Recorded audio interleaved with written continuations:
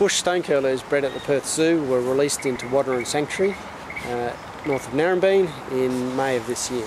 These were added to 6 other birds that were bred in Caversham Wildlife Park, and this is the first time that bush stone-curlews have been released into Western Australia, into the wild, and only the 3rd time in Australia.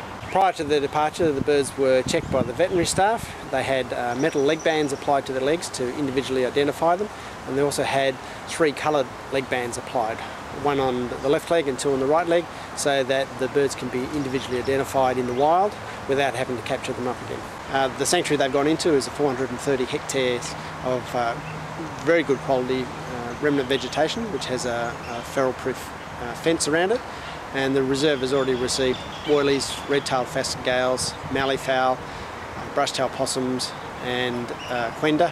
When the stone-curlews reached Wadderin Sanctuary, they were released into a soft release enclosure where they spent a little over a week acclimatising to their new surroundings and getting used to the birds from Caversham Wildlife Park.